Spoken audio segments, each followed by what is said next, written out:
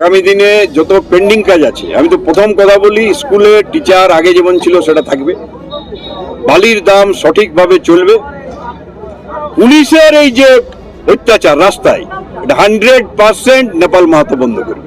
বৃহস্পতিবার বাগমুন্ডির রাজনীতির ময়দান যেন নতুন রঙের রাঙানো। যে মাঠে কিছুদিন আগেও বিজেপি ও তৃণমূলের সভা হয়েছে, সেখানেই এবার শক্তি জানান দিল কংগ্রেস। পাথরটি দুর্গা মন্দির সংলগ্ন মাঠে আয়োজিত প্রতিবাদ সভাকে ঘিরে সকাল থেকে বাজার পেরিয়ে মিছিল, বিকেলে জমায়েত, সব মিলিয়ে চোখে পড়ার মতো ভিড়। কংগ্রেসের অভিযোগ, দীর্ঘদিন ধরে বাগমুন্ডি বিধানসভা উন্নয়ন থেকে বঞ্চিত। সভায় প্রধান বক্তা ছিলেন প্রাক্তন বিধায়ক ও জেলা কংগ্রেস সভাপতি নেপাল মাহাতো। মঞ্চে উপস্থিত ছিলেন রাজ্য ঝাড়খণ্ডের দলীয় নেতৃত্ব।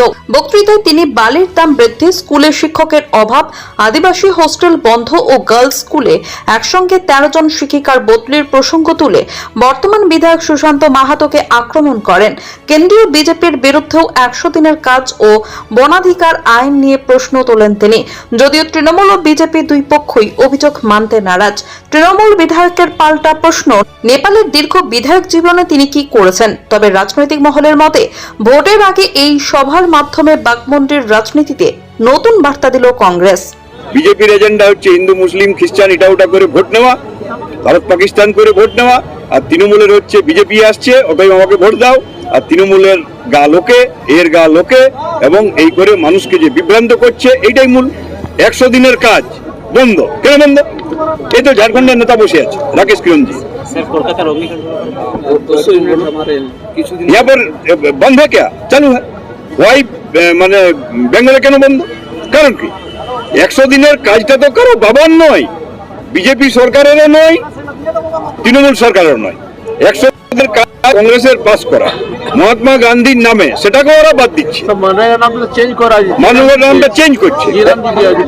এটা তো সম্পূর্ণভাবে বেআইনি। মহাত্মা গান্ধী জাতির পিতা, তো জাতির পিতাকে অপমান করা যায়? আজকে এর বিরুদ্ধে আমরা আন্দোলন করছি। আমার বক্তব্য যে চুরি যদি হয়েছে, বিজেপির অনেক মেশিনারি আছে, ধরুক কে কে আছে, আর তৃণমূলও যদি পয়সা পাচ্ছে না, তাহলে they should go to court. আমাকে পয়সা দিচ্ছে না, কেন যাচ্ছে না? তাহলে সাধারণ মানুষ মার খাবে কেন? এটা হচ্ছে আমার প্রশ্ন। এই জায়গাতেই আমরা মানুষকে বোঝাবার চেষ্টা করছি, 100 দিনের কাজ সাধারণ মানুষের কাজ, অধিকার, সাংবিধানিক অধিকার।